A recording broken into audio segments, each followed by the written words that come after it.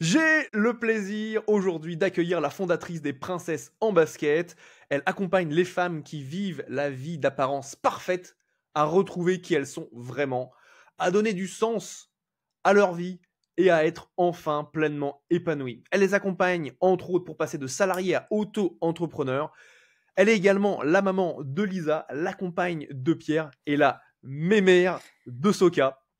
Elle aime voyager et passer son temps dans la nature. J'ai le plaisir d'accueillir France Drillon. Salut France, comment vas-tu? Salut Gaël, ça va super bien, merci. Et toi? Ça va, je te remercie. J'ai la forme, la patate sur ce podcast. Bah je Ça me vois plaît. ça. C'est bon, ça fait plaisir. Donc, les princesses en basket, Yes. c'est quoi les princesses en basket? Ah, les princesses en basket, déjà si tu veux que je te raconte l'origine des princesses en basket, c'est parce que je me suis dit, tiens, moi j'ai été conditionnée. Ouais. Enfin, j'ai pas été conditionnée, j'ai été élevée avec toutes les princesses de Disney. Et je sais pas si tu sais, mais à la fin de chaque dessin animé, c'est ils vécurent heureux et eurent beaucoup d'enfants. Et pour ça, il fallait être une super princesse, rencontrer le prince charmant, et puis ben, la suite, on pouvait se l'imaginer. Ils vécurent heureux et eurent beaucoup d'enfants. Et moi, c'est ce que j'ai réalisé.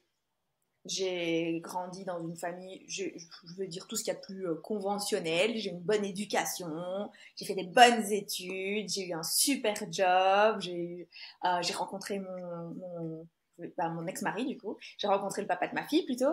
On a eu Lisa, on a construit une maison, on avait 2 belles voitures, une belle baraque, un super job.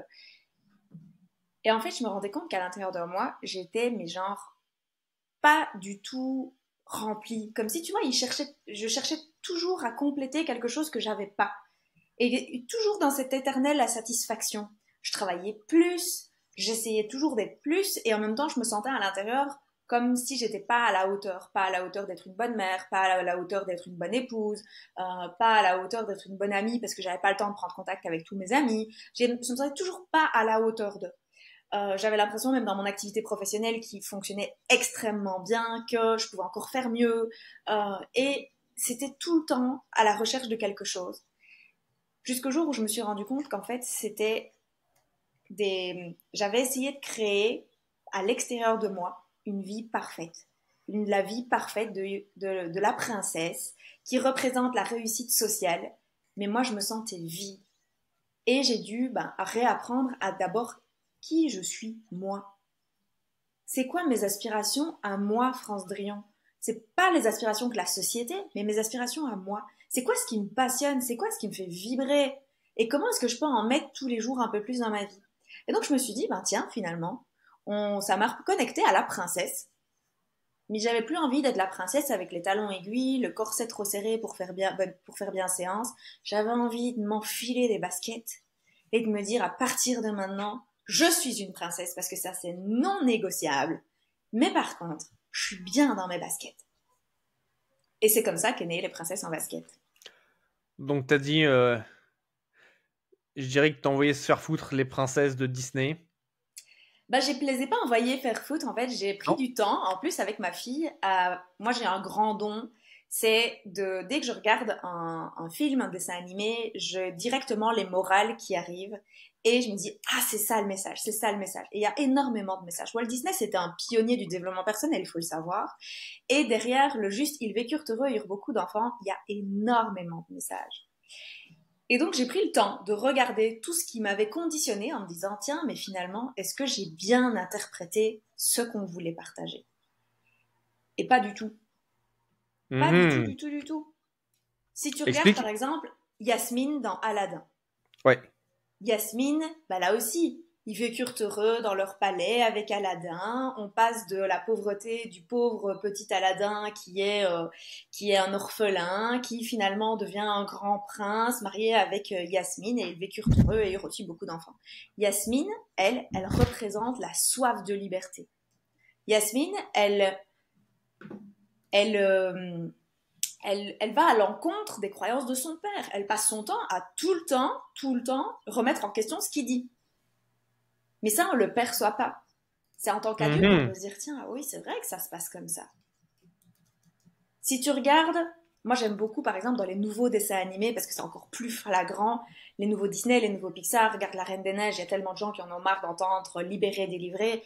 Mais attends, c'est énorme le message. Ils sont en train de le message, là, il est réalise tes rêves. On t'a conditionné à étouffer tes talents, à étouffer tes dons, parce que les gens en ont peur, parce que tu prends trop de place, parce que tu risques d'être visible, parce que tu risques pour certaines personnes, ils ont même l'impression qu'ils risquent de mourir s'ils sont visibles, par exemple.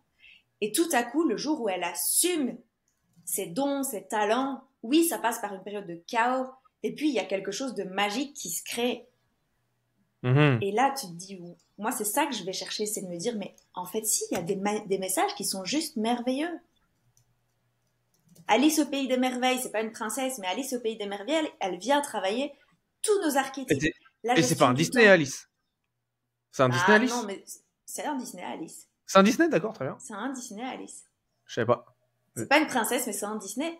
Alice, D'accord. elle vient travailler la sécurité intérieure, la Ah, gestion du ah. temps, nos zones d'ombre avec la reine de cœur. De pique, de cœur. On a plein d'archétypes comme ça dans les Disney qui sont des grands axes de développement personnel.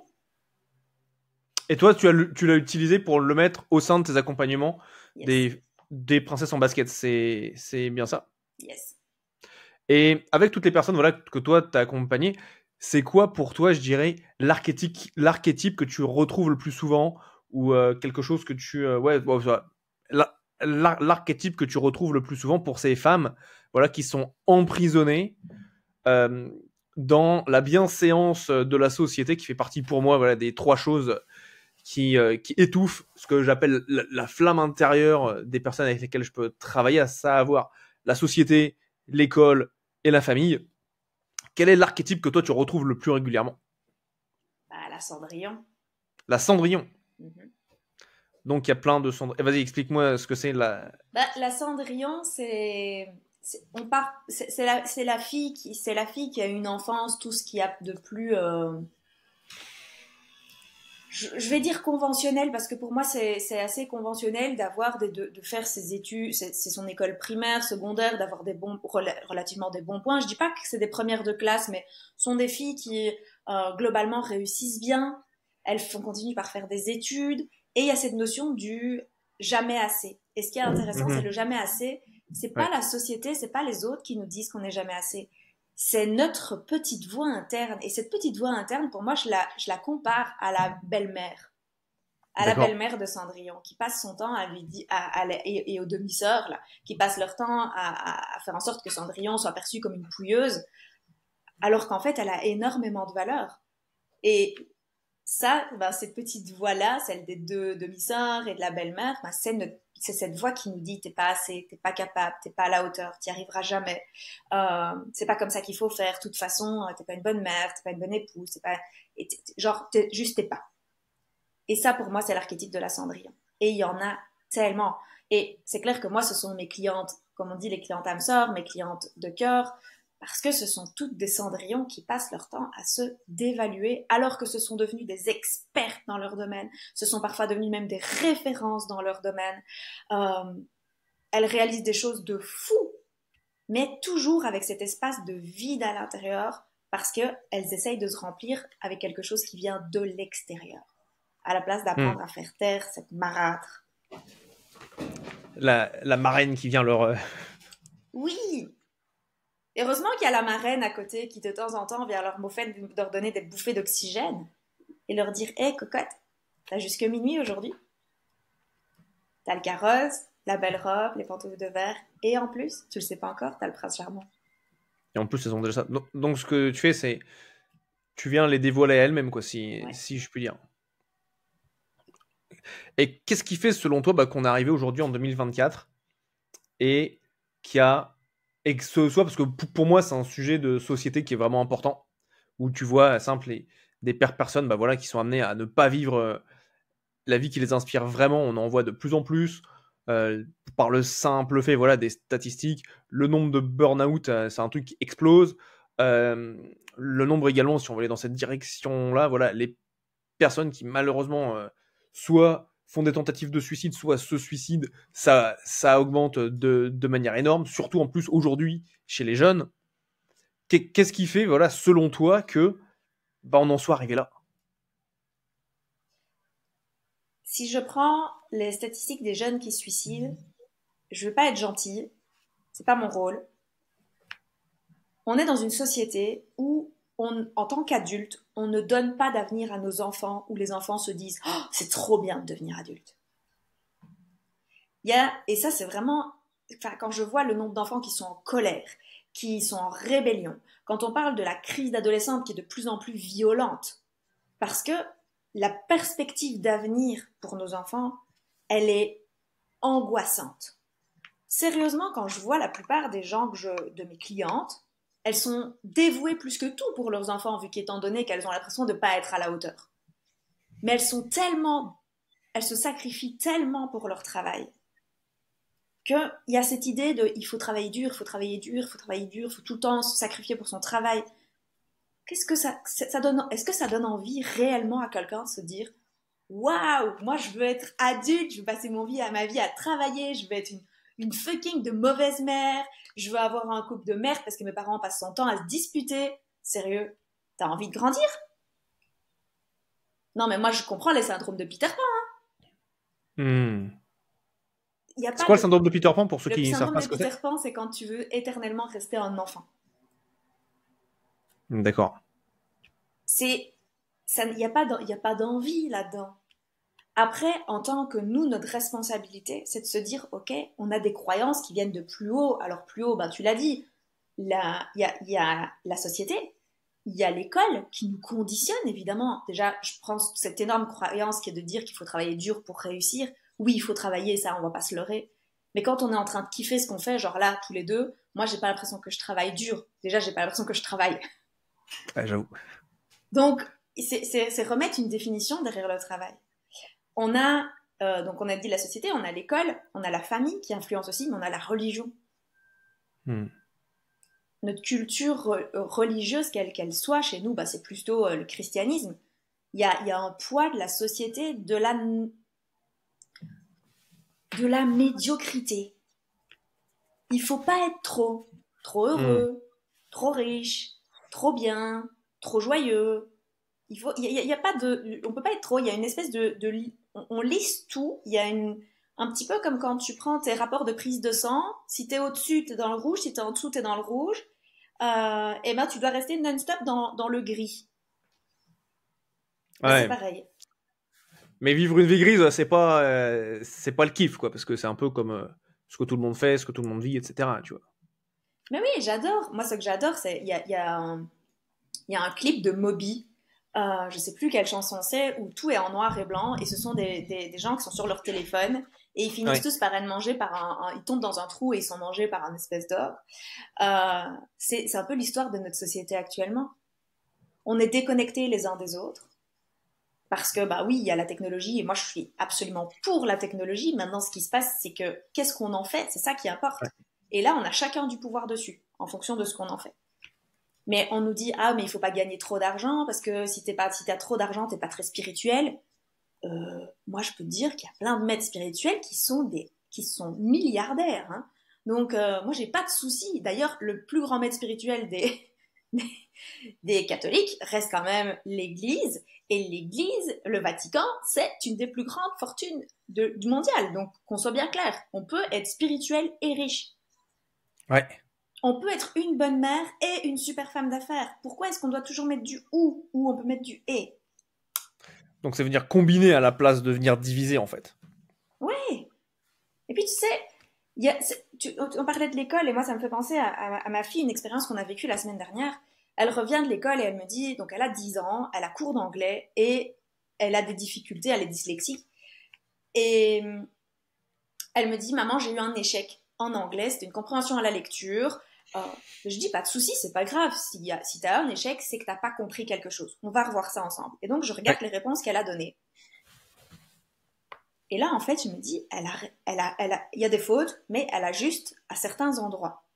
Et je ne comprends pas pourquoi c'est côté faux. Mais en fait, je me rends compte qu'il y a juste une vision pour l'instit.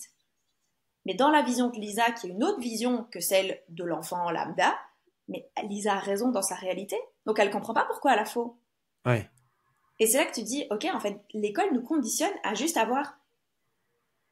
vivre comme ça.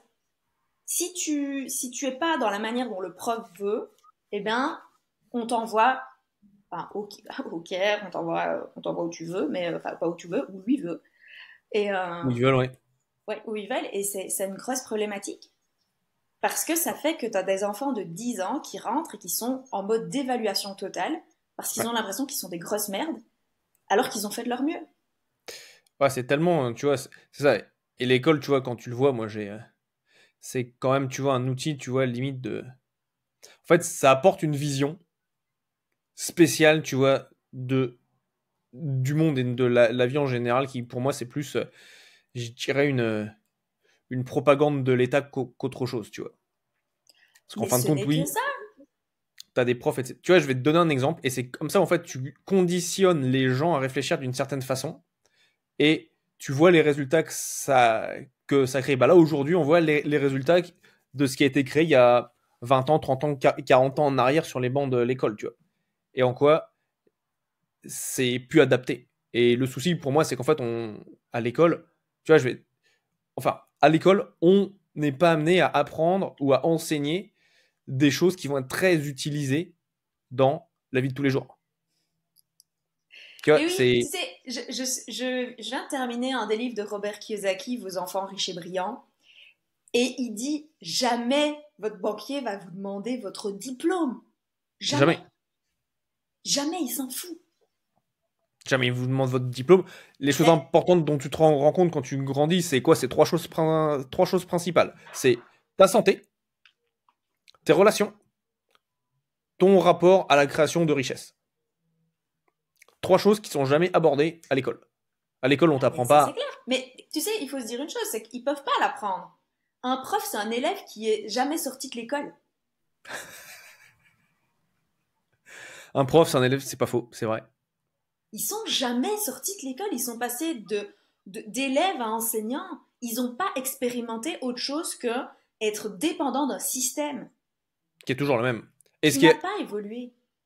et qui en plus, et moi, c'est quelque chose sur lequel moi je suis toujours très, enfin, je paye de plus en plus attention, c'est quand il y a des dogmes.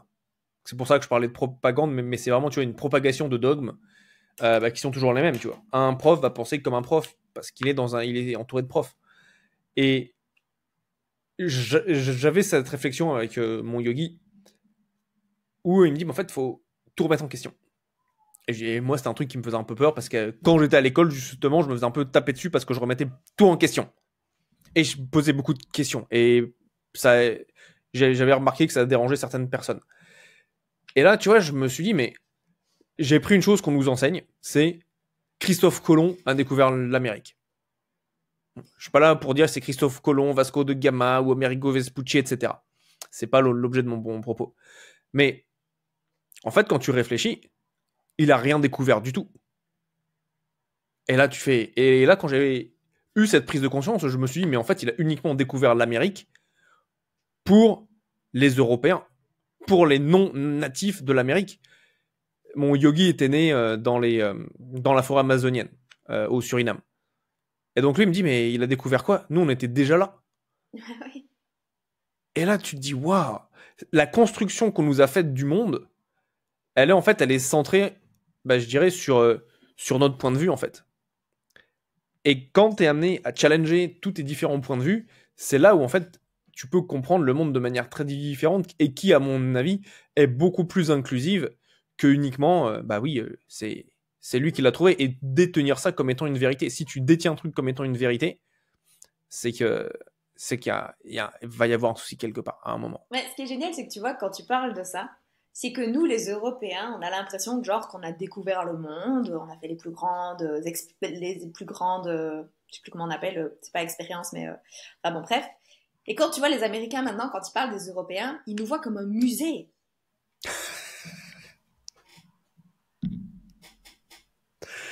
Mais C'est c'est bon vrai, ça. on est les Africains blancs pour eux. Qu'est-ce que t'entends par on est les Africains blancs? Bah, on est tellement en retard. Ah, en retard par rapport. ben, à notre mindset, à notre évolution. On est toujours dans un système de conservationnisme hyper puissant. Je ne sais pas si c'est lié à l'Église, aux politiques ou ainsi de suite, mais on est anti-évolution.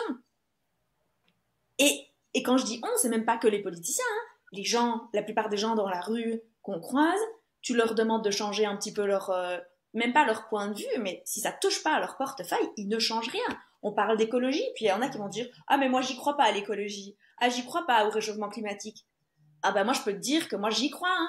Il y a 2 ans ici chez nous on était inondés. Ça n'était jamais arrivé de l'histoire de la Belgique que la région où je vis était inondée avec de l'eau jusqu'à 1,80 m.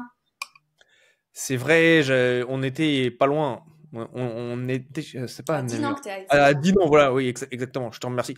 À chaque fois, ma géographie belge, elle est en train de, elle se construit petit à petit. Et c'est vrai, il y avait des bagnoles enfin, t'étais inondé, on était arrivé un petit peu après. Heureusement, nous on était sur une colline, donc ça allait. Mais sinon, il y avait des bagnoles dans les rues. Il y avait, je crois, ils avaient même utilisé genre une portion d'autoroute en Belgique pour stocker toutes les voitures qui étaient, comment dirais-je, qui sont faites inonder. Ou plus récemment, les inondations à Dubaï, où t'avais des mecs en jet ski dans la rue. Là, tu vois, c'est ouf. Dubaï, c'est un désert à la base. Ouais. C'est dingue. Donc, les gens sont contre, fondamentalement, il y a beaucoup de gens qui sont contre le changement, parce que qui dit changement dit insécurité. Et c'est énorme parce que depuis toujours, de plus en plus, en fait, j'ai l'impression, on est en train de faire en sorte que on évite l'insécurité. Tu vois, genre l'enfant, on va mettre des bazars dans les prises pour pas qu'il se fasse juter. Je suis d'accord qu'il se fasse pas juter. Hein. Le but, c'est qu'en tant que parent, c'est pas de mettre des bazars dans les prises pour pas qu'il se fasse juter, c'est d'apprendre à l'enfant le danger qu'il va y avoir en le faisant. Moi, Lisa n'a jamais eu de prise il y a jamais eu de protection dans les prises. Elle a jamais même essayé, ça lui a même pas traversé l'esprit d'essayer d'aller foutre ses doigts dans la prise. D'aller mettre Moi, j'ai déjà fait, hein. Ben voilà, t'es toujours vivant. Moi, quand j'étais gosse, tu sais, là, les barrettes, là, pour les cheveux, j'ai mis dans la prise et ma mère, elle m'a dit, je fais un bond. Pouf. Mais au pire, c'est ce que tu risques. Ouais. Et c'est clair que mettre des mousses partout parce qu'il risque de tomber, ou crier avant même que l'enfant tombe, limite, tu lui mettrais un casque et des genouillères quand il apprend à marcher, quoi. Mais à un moment donné, il faut arrêter, on est non-stop, on a besoin d'apprendre à surfer avec l'insécurité. Parce que plus on évite l'insécurité, plus on cherche la sécurité, pire l'insécurité est, et moins on est capable de la gérer.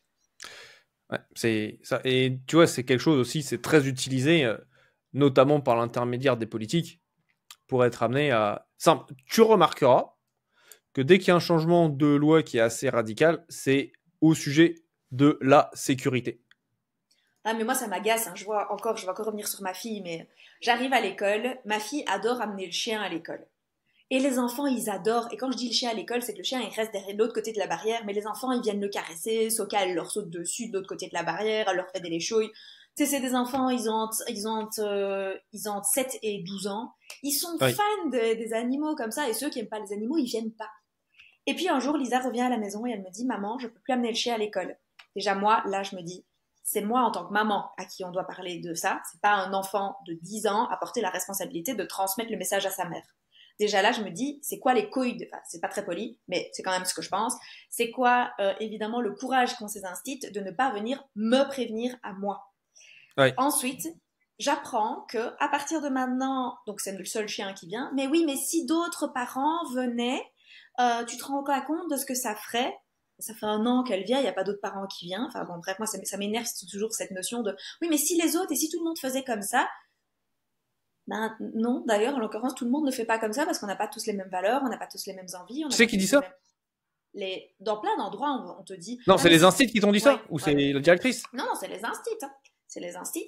Et puis elle me dit ah oui, à partir de maintenant aussi, on veut absolument. Donc moi, je me garde de l'autre côté de l'école. Il y a qu'à traverser et ma fille arrive dans la voiture. J'ai appris à me traverser à ma fille depuis qu'elle marche. On lui apprend à regarder à droite, à gauche, à s'arrêter. Tu sais, on a un chien aussi, on a appris au chien à s'arrêter, à regarder à droite, à gauche. Le chien est capable de le faire, donc si le chien est capable de le faire, a priori, on a géré ça, ma fille est capable de le faire. Et elle me dit, ah mais tu sais, à partir de maintenant, tu vas devoir venir rechercher ta fille à la barrière. Parce que parce que c'est dangereux, tu sais, et elle pourrait se faire renverser. Et là, je me dis, mais quand est-ce qu'on va leur apprendre à se responsabiliser? Pourquoi est-ce qu'on doit faire des enfants assistés qui, à 10 ans, sont tout à fait capables de s'arrêter sur un trottoir, de regarder à droite, à gauche sur un passage pour piétons et de traverser? Mais non, il faut qu'on les assiste.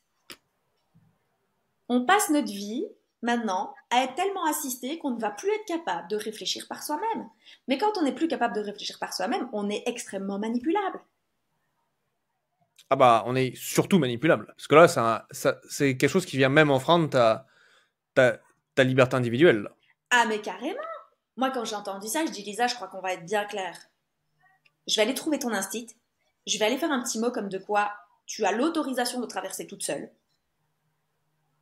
Comme ça, il se décharge au niveau des assurances et ainsi de suite, s'il y a quoi que ce soit en lien avec les assurances. Mais là, toi, tu as 10 ans. Qu'est-ce qui va se passer à 16? Tu vas me regarder en me disant, maman, tu viens me rechercher devant l'école? Et là, je te dis, si tu me fais ce coup-là, Lisa, je te jure que je prends un klaxon qui fait un truc de fou malade, comme le truc de glacier, et tu vas être gênée de me voir arriver. Waouh, c'est... Et tu vois, on en revient à l'école. Enfin, moi, j'ai pas d'enfant, donc bon, ça, je savais pas que ces choses-là arrivaient, mais c'est incroyable le niveau de déresponsabilisation pour n'importe quelle raison. Tu vois, je donnais les exemples de quand on était enfant avec mon frère. On faisait du vélo, comme des casse-coups. En fait, on avait un jeu dans notre jardin. On avait... alors, mes parents sont divorcés. Chez ma mère, en fait, on avait des vieux trains de pneus de voiture qu'on mettait les uns sur les autres avec une planche. Et en fait, on arrivait à fond. En fait, on sautait, tu vois. On a fait ça, on était arrivé même... On fait ça, on saute, il y en a un qui s'allonge de l'autre côté pour voir jusqu'où on saute, etc., etc. Mais on n'avait pas de casque, on n'avait rien du tout, tu vois. On allait juste à fond. On faisait ça. Et chez mon père, il avait fait venir de la terre pour faire genre un terrain de cross à l'arrière de la maison. Mais tout s'est toujours bien passé, tu vois. Oui, ça nous est arrivé de tomber, ça nous est arrivé d'avoir des égratignures, ça nous est arrivé ceci, ça nous est arrivé cela. Mais voilà, tu vois, on vivait, on grimpait aux arbres. Ça ne devient dangereux que quand on a la croyance que c'est dangereux. Ouais. À partir du moment où moi aussi j'ai grimpé aux arbres, je suis tombée des arbres, j'ai eu 3 commotions, j'ai eu plein de crins, j'étais abonnée à l'hôpital. Ma mère m'a toujours dit, t'es une casse-cou. Si on t'empêche de fonctionner comme ça, tu es imbuvable à la maison. Alors on préfère que tu sois dehors, que tu prennes des risques, mais au moins tu vis et quand tu rentres, t'es calmé, que l'inverse. Parce qu'autrement, c'était tout le monde que je risquais de faire du mal. Donc, il y a un moment donné où il faut arrêter. Moi, on m'a jamais dit que c'était dangereux de monter aux arbres. On m'a juste prévenu qu'il y a des moments où quand tu mettais pas tes pieds sur certaines branches, tu risquais de tomber. Et je l'ai fait, j'ai expérimenté, je suis tombée, je me suis fait mal, j'ai appris que sur certaines branches, il fallait que je fasse attention. Ouais. Et c'est de l'apprentissage. Et c'est ce qui fait qu'on va créer un mindset pour moi de salarié, et c'est même pas de salarié, c'est de fonctionnaire, avec un mindset d'entrepreneur. C'est que le salarié, le fonctionnaire, il est tout le temps dans l'insécurité parce qu'il croit qu'il n'est pas capable, donc il a toujours besoin de dépendre de quelqu'un. Ouais. Alors que l'entrepreneur, il se dit, moi je sais pas si c'est possible, je vais expérimenter, je vais voir, et je vais me faire mon avis tout seul. Ouais, j'ai enregistré un podcast la semaine dernière avec Cédric Tempestini et il disait le héros moderne de la France, c'est le fonctionnaire, tu vois. Et là, tu fais, waouh, c'est quand même chaud. Et ouais, tu vois, et c'est tellement... Et à ton avis, le crime profite à qui, tu vois? À qui est-ce que ça profite de créer des générations de personnes, tu vois, qui prennent pas leurs responsabilités, tu vois? Enfin, c'est pas qu'ils prennent pas leurs responsabilités, c'est qu'on leur a montré qu'en fait, c'est une autre personne qui va prendre une responsabilité pour eux sous couvert de protection. Et ça, c'est... Tu vois, attends, j'ai vu quand je vivais à Londres, des gamins qui devaient peut-être avoir 5 ans. Tu sais, la trottinette. Mais ils avaient casque, coudière, genouillère. Tu dis, il a 5 ans, il est sur le trottoir, t'as besoin de tout ça. Nous, on descendait comme des calus, les montagnes avaient Hello, on n'avait rien. Bon, c'est peut-être un autre extrême, tu vois. Mais il y a quand même un moment où, tu vois, oui, nous faisons pas mal. Et ça, tu vois, c'est extrêmement intéressant, tu vois. Il y avait des études qui ont été faites sur l'évolution des enfants et de ce qu'on pouvait en fait et en fait des protections qu'on mettait aux enfants, tu vois. Et il parlait en l'occurrence du téléphone portable et du mobile, tu vois. Et ça, mais qu'est-ce que... En fait, ce qui s'est passé, on a échangé la peur de la douleur, la peur du kidnapping, la peur de tout ça. Donc la peur de... qui est une certaine, je dirais, forme d'incertitude pour les parents vis-à-vis de où se trouve leur enfant, le fait de ne pas pouvoir appeler son enfant, etc., etc. En fait, on a remplacé cette peur qui est plus liée du domaine physique de l'enfant à... bah là, c'est ce qu'on voit aujourd'hui, tu vois. Le harcèlement à l'école, où avant, quand tu avais ces problèmes-là, bah ça s'arrêtait quand tu rentrais à la maison. Là, maintenant, il y a ce qui s'appelle le cyberbullying, le cyberharcèlement, qui continue jusque dans la chambre du gosse, tu vois, jusqu'au tard le soir, quand il est sur son téléphone. Et en fait, il y a eu cette évolution de, sous couvert de sécurité, de la sécurité physique de l'enfant, en fait, on a remplacé ça. Donc oui, les enfants, ils sont cool, on sait qu'ils sont là, etc. Est-ce que Mais tu par te rends contre, compte quand même il y a eu des la déviance? Parce que là, on est smash en train de émotionnels, quoi. montrer, on est en train de démontrer qu'en fait, la déviance, elle vient de l'insécurité du parent, qui fait que là, Ouais. on en est rendu à du harcèlement, du cyberharcèlement. Moi, j'ai été harcelée quand j'étais enfant, pendant 3 ans. Ouais. C'est clair, comme tu dis, je rentrais chez moi, il n'y avait plus rien. Ces filles-là, Ouais. elles étaient à l'école, c'était tout. Je faisais mes activités, j'allais à la gym, j'allais à l'équitation, il n'y avait plus ces filles-là. Je faisais ma vie, c'était cool. Comme tu dis, maintenant, on a notre téléphone partout. À part les enfants qui ont pas leur téléphone dans leur chambre, c'est partout. Et tout ça, ça vient d'où? De l'espace de l'insécurité des parents. Parce que quand tu dis on règle la peur du kidnapping et ainsi de suite, moi je suis née à l'époque de Julie et Mélissa, vous connaissez peut-être pas, mais nous on a eu une grande, dans les années 90, on a eu des kidnappings d'enfants de 10 ans qu'on a retrouvés mortes, violées, il y a eu pas mal de personnes comme ça qui ont été retrouvées, qui avaient été kidnappées je vais pas dire par la même personne parce que je me souviens plus exactement, mais même toujours même toujours maintenant, on a encore des affiches, elles ont plus de 30, presque 30 ans. Il y a toujours des endroits où on voit des affiches décolorées de ces filles qui avaient disparu. Moi, à ce moment-là, chez nous, on a toujours pu, comme tu disais, on roulait à vélo, nous on habitait dans un petit chemin de terre, donc on roulait à vélo, on allait un peu sur la route pour rouler roller parce que sur le chemin de terre c'était un peu compliqué. On était tout le temps chez les voisins les uns des autres. Nos parents ils savaient pas où on était, on se devait juste rentrer pour une certaine heure, juste pour valider qu'on allait bien, quoi. Enfin, et encore, je suis même pas sûre qu'ils se posaient la question de si on allait bien. Mais de nouveau, ça part d'où? Ça part d'un espace d'insécurité, pas de l'enfant, de Des parents. l'adulte. Ouais. Parce qu'on lui a pas appris à gérer l'insécurité, à mettre de la confiance. Et est-ce que vous vous rendez compte, et je parle pas à toi parce que toi je sais que tu en as conscience, mais comment est-ce que tu veux apprendre à un enfant à avoir confiance en lui si on passe son temps à camoufler l'insécurité par des pseudo-solutions qui n'en sont pas extérieures à soi? Alors que la confiance, ça naît à l'intérieur de soi. La sécurité, c'est à l'intérieur de soi. Ça n'est en rien à l'extérieur de soi. Ouais. Très bonne question. Ça, c'est le... Quand tu dis à ton enfant, je te donne un téléphone, je dois pouvoir te géolocaliser quand je veux, tu crois que l'enfant, il se dit, waouh, mes parents, ils ont super confiance en moi? Sérieusement, non. La réponse est non. Donc comment l'enfant, il peut développer sa propre confiance en soi si les parents n'ont déjà pas confiance en eux et ne lui font pas confiance? Mais alors on va dire, ah si, hein, mon amour, je t'aime très fort, j'ai confiance en toi, t'es le plus beau, t'es le plus merveilleux des enfants. Ok, d'accord, maman, mais à part ton amour que j'entends et que je peux peut-être recevoir, voire il est étouffant, je peux t'assurer que ta confiance en toi, elle est tellement basse que moi, je peux pas avoir une belle confiance en moi.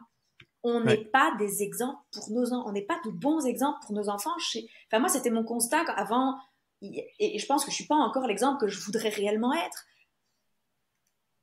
Mais plus j'augmente ma confiance en moi, plus je surfe avec l'insécurité, plus je remets la sécurité à l'intérieur de moi, plus je reprends mon pouvoir, plus j'apprends à me nourrir seule, sans avoir besoin d'artifice, d'avoir des achats compulsifs, d'aller acheter à droite à gauche plein de fringues, d'acheter sur des sites bon marché juste parce que là, je me sens pas bien et que c'est génial, je viens de dépenser 50 € pour des babioles. Quand j'arrive à mettre cette sécurité à l'intérieur de moi, la foi à l'intérieur de moi, c'est ça l'exemple que je peux donner à mes enfants à ce moment-là. Tant qu'on n'en est pas sur ce chemin-là et qu'on met toujours la confiance, la sécurité à l'extérieur de soi, on n'est pas des exemples pour nos enfants. Ah, donc tout part de soi. Tout part de soi. Et c'est vrai aussi qu'on vit dans un monde, tu vois, c'est ce qui se passe, mais il suffit de voir, enfin, on vit dans un monde où, ça, tu mets les informations pendant 2 minutes, on te parle toujours des problèmes, ça. Tu mets en route les informations, c'est la rubrique des chats écrasés, tu vois. Il n'y a que ça. Il n'y a que ça. Y a C'est que comme ça. si on a l'impression qu'il n'y a que ça dans le monde. Et C'est les ouf. soirées on passe notre temps à avoir des soirées avec des films d'action, de guerre, de combat, où on est de nouveau avec des émotions qui viennent encore plus accentuer les émotions de peur, d'anxiété. Ouais. On va se coucher, on est anxieux. On se réveille, on est anxieux. On passe sa journée, on est anxieux. Quand est-ce qu'on va mettre... J'écoutais justement une vidéo avant qu'on commence le podcast sur la décontraction. Juste la décontraction. Et remettre de la foi à l'intérieur de soi. Ouais. Tu sais, de la foi, exactement. On parlait un peu de la manipulation, de l'éducation et ainsi de suite. Il n'y a pas plus loin que 100 ans. C'est comme ça qu'Hitler est arrivé au pouvoir. C'est parce que les gens étaient dans une anxiété constante. On était aux alentours de la crise, on terminait la guerre 14-18. Il fallait reconstruire. On n'était pas c'était pas extraordinaire la vie à l'époque parce que directement 10 ans après, on a la crise de 28. La classe sociale moyenne est, je vais pas dire détruite. Il y a plus de classe moyenne. Elle devient pauvre. On augmente la paupérisation de la population. Les gens sont en colère, les gens sont en rébellion. Mais regarde ce qui se passe pour le moment depuis 4 ans. Les gens sont en colère, les gens sont en rébellion. Qu'est-ce qui fait qu'Hitler a été élu? Parce que les gens voulaient du changement, parce qu'il leur parlait, parce qu'il leur disait il faut qu'il y a ça, il y a ça, il y a ça, il y a ça qui va pas. Et les gens ont voté pour lui. Et quand on se dit ça n'arrivera plus jamais, j'y crois pas moi à celle-là. Bah là, tu vois, le Premier ministre des Pays-Bas, il est extrême droite, tu vois. Mais que ce soit une extrême droite ou une extrême gauche, ils sont dangereux dans les deux côtés. Ouais. C'est deux faces de la même pièce et pourtant ils se tapent. Enfin, ouais, c'est ça. C'est assez incroyable, tu vois. C'est vrai que les deux extrêmes, quand tu vois ce qui se passe, c'est assez ouf quand même. Oui, et mais tu vois, une population qui a peur est une population qui est manipulable. Hein. Exactement, et c'est extraordinaire une population qui a peur. Parce qu'on leur fait faire... C'est extraordinaire pour ceux qui sont au pouvoir. Oui, on est bien d'accord, hein, parce que pour des gens comme toi, comme moi, ça n'a aucun intérêt. Mais c'est de revenir dans c'est quoi mon pouvoir et comment est-ce qu'on est moins manipulable. C'est quand on revient à l'intérieur, qu'on remet de la confiance, qu'on remet de la sécurité, qu'on se remplit et qu'on se dit ok, en quoi est-ce que j'ai du pouvoir? Sur quoi est-ce que j'ai du pouvoir? Tout, et il faut savoir qu'en tant qu'être humain, même si on a l'impression qu'on est genre une goutte d'eau dans l'océan, nous on va aller voter dans un mois, eh bien il faut savoir que tout choix quel qu'il soit, tout achat quel qu'il soit, toute décision qu'on prend quelle qu'elle soit, c'est un acte politique. On va pas spécialement, c'est pas le but de parler de politique, mais moi j'aime manger, chez nous on mange bio, pas parce que je suis convaincue du bio, parce que je suis convaincue qu'à l'heure actuelle, le bio est la seule solution qu'il existe pour ma santé, et celle de ma fille et de mon conjoint. Est-ce que je vais dire aux gens que tout le monde doit manger bio? Chacun fait ce qu'il veut. Moi, je sais que je fais ça pour moi. Mais quand j'achète bio, je vais pas acheter, pour le moment, il n'y a plus d'avocats qui viennent d'Espagne ou d'Italie, ils viennent du Pérou. Donc, j'achète pas. Parce que je sais qu'au Pérou, on va avoir des déforestations, on a un assèchement de certains endroits, les populations manquent d'eau. C'est incohérent pour moi d'aller acheter et cautionner ce genre d'achat. Il y en a par contre qui vont se dire ah mais moi, les avocats, c'est des oméga 9, c'est super bon pour ma santé, je m'en fous d'où il vient parce que ma santé est prioritaire. Ok, c'est juste un point de vue. On a tous les deux Mhm. raison, juste dans des valeurs différentes. Ouais, bien sûr. Ouais. Bien sûr, bien sûr. Le titre de ce podcast, France, c'est le différenciateur inné. Quel est selon toi ton différenciateur inné? Hmm. Je dirais déjà d'avoir Gaël comme ami et d'avoir eu Gaël comme coach. Merci. Euh, mon différenciateur inné, je pense que c'est parce que j'assume et j'ose dire ce que je pense vraiment. Qu'avant, j'osais pas du tout.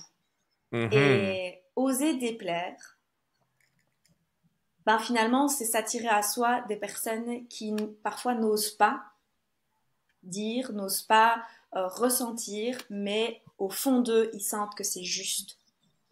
Et comme je dis, cette justesse, elle n'est pas que j'ai la vérité, c'est que mon message résonne avec certaines personnes. Et c'est ce qui fait que ces personnes viennent à moi. Donc la justesse et être entière, je dirais, Oui. dans ce que tu partages. Excellent. Excellent, Et excellent. puis, il n'y a rien à faire. Hein. Moi, je vais te dire qu'en tant que femme, assumer sa part de princesse, eh ben, ça change tout dans la vie. À condition d'y mettre des baskets. Être une princesse en basket, extraordinaire, extraordinaire. Et pour les personnes qui souhaitent te rejoindre, te Yes. retrouver, où est-ce qu'elles peuvent faire ça? Alors, sur Facebook, il y a un groupe qui s'appelle Les Princesses en basket, Ouais. avec 2 TES, parce que ça sert à rien de mettre un TES. C'est pas des vrais baskets, on a 2 pieds, on doit se sentir bien avec nos 2 pieds. Donc, c'est là que vous allez pouvoir me retrouver et retrouver toute la communauté du coup des princesses en basket. Magnifique. Bah, je te mettrai le lien juste en dessous pour que les personnes bah, voilà, puissent te rejoindre justement. Mhm. Ce sera Merci. avec grand plaisir. Et on a une tradition sur ce podcast, c'est la mission que ma mission, la mission de mon entreprise, c'est de connecter l'humanité en révélant son potentiel. Donc là, on vient de révéler ton potentiel aujourd'hui. On vient d'expliquer voilà ce qui te différencie de tous les autres et ce qui fait voilà que tu es une entreprise à succès. Et donc pour continuer cette chaîne de connexion, qui est-ce que tu aimerais voir sur ce podcast? On peut lancer un appel, voilà, si la personne nous écoute, avec plaisir de l'avoir. Donc vas-y, à toi de me dire. Ah ben moi je vais mettre en avant mes amis parce que ça tu le sais bien, moi j'aime bien mettre en avant mes Vas-y. amis, j'ai un chouette réseau aussi. Et du coup ce que je t'ai dit c'est j'aurais envie de mettre en avant mon amie Sonia Chardonnance. Magnifique. Eh ben très bien, Sonia. Si tu nous écoutes, c'est avec plaisir de t'avoir sur le podcast très bientôt. Très bientôt. Excellent, excellent. Ma chère France, ce podcast touche à sa fin. Yes. Et j'ai envie de te laisser voilà, le mot de la fin pour les personnes qui nous écoutent. Qu'est-ce que tu souhaiterais leur partager? J'ai vraiment envie juste de vous donner une autorisation, parce que parfois on a besoin d'autorisation dans notre vie. On a le droit de vivre à 10, à 12 sur 10. On a réellement le droit. Moi j'ai été élevée avec le fait que la perfection n'existait pas. Stop. On n'est pas dans la perfection, chacun définit sa propre perfection tant que ça vous fait Mhm. vibrer, tant que ça vous fait kiffer. Donc vous avez le droit d'avoir un couple à 10 sur 10, vous avez le droit d'être une bonne mère, un bon père, vous avez le droit d'avoir un job qui vous fait kiffer, dans lequel vous générez de l'argent. Vous avez le droit de pouvoir vous regarder une série Netflix en plein milieu de l'après-midi parce que vous sentez que vous en avez envie et ça ne fait pas de vous pour autant une mauvaise personne. Donc vous avez le droit d'avoir une vie à 10 ou même 12 sur 10. 14, 22 sur 10 si vous voulez. Bien, non. 90 et 80 et 70 sur 10. Exactement. Non, ça va pas du tout. Oui, bah oui, je crois que c'est sur ce que tu disais sur 100, mais non, oui, sur 10, oui. Non, sur 10, sur 10. Oui, oui. Ah Mais non. autorisé à être dans l'extraordinaire. Et Ouais, extraordinaire, c'est juste mettre des paillettes dans l'ordinaire. magnifique. Autorisez-vous à mettre des paillettes dans votre ordinaire. France, c'est un grand plaisir de t'avoir avec nous aujourd'hui. Bravo pour les princesses en basket. Merci, merci à toi aussi. Et puis bah, je vous dis à tous à très très bientôt. Bye bye.